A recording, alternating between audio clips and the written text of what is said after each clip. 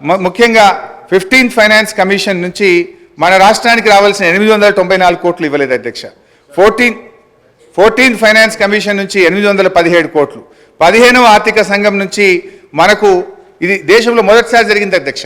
ఆర్థిక సంఘం ఎప్పుడైనా ఒక రిపోర్ట్ ఇస్తే దాన్ని తూచా తప్పకుండా గత ప్రభుత్వాలు అమలు చేస్తే ప్రస్తుతం కేంద్రంలో అధికారంలో ఉన్నటువంటి మరి బీజేపీ ప్రభుత్వం 15th ఫైనాన్స్ కమిషన్ 5,374 కోట్ల రూపాయలు సెక్టర్ స్పెసిఫిక్గా స్టేట్ స్పెసిఫిక్గా మన రాష్ట్రానికి ఇవ్వమంటే ఈ డబ్బు ఇవ్వకుండా ఈరోజు కేంద్ర ప్రభుత్వం మన రాష్ట్రానికి అన్యాయం చేసింది అధ్యక్ష.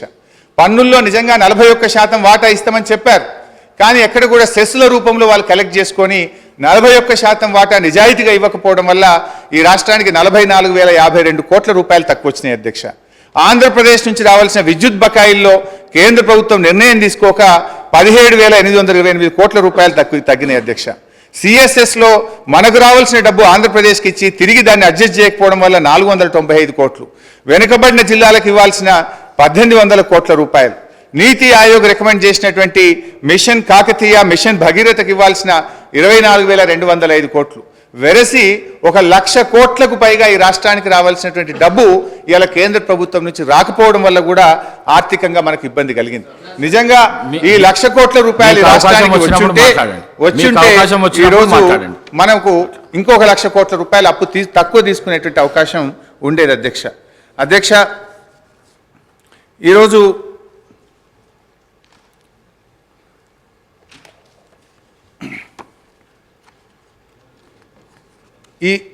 ఈ బుక్లో కూడా అధ్యక్ష మీరు చూసినట్టయితే రెండు మూడు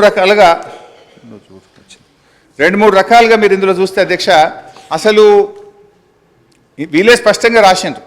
ప్రభుత్వ హామీతో ఎస్పీవీ ద్వారా సేకరించి ఎస్పీవీలు చెల్లించే రుణాలు అంటే స్పెషల్ పర్పస్ వెహికల్ ద్వారా సేకరించిండ్రు, వాళ్ళే రుణాలు చెల్లిస్తారు, రాష్ట్ర ప్రభుత్వ ఖజానా మీద భారం ఉండదు అని చెప్పి కూడా దాన్ని కూడా ఈరోజు రాష్ట్ర అప్పులుగా చూపించేటువంటి ప్రయత్నం.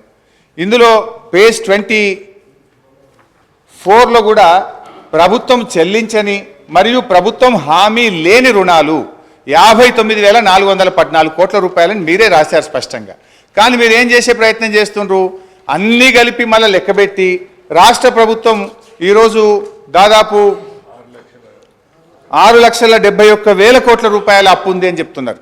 మీరే ఈ బుక్లో అంటారు, ఒకవైపు రాష్ట్ర ప్రభుత్వం చెల్లించని హామీ లేని రుణాలను రాశారు, ప్రభుత్వ హామీతో సేకరించి రాష్ట్ర ప్రభుత్వం ఎస్పీవీలే చెల్లించుకునే డబ్బులని చెప్పినారు, వాటినన్నింటినీ కలిపి అప్పులను ఎక్కువగా చూపించేటట్టు ఒక తప్పుడు ప్రచారానికి మీరు పాల్పడ్డారు. అదేవిధంగా ప్రభుత్వ హామీతో ఎస్పీవీ ద్వారా సేకరించి ప్రభుత్వమే చెల్లిస్తారని కూడా రాసినారు అధ్యక్ష. ఇందులో కూడా చాలా విషయాలు తప్పుగా పెట్టినారు చాలా కార్పొరేషన్స్ను.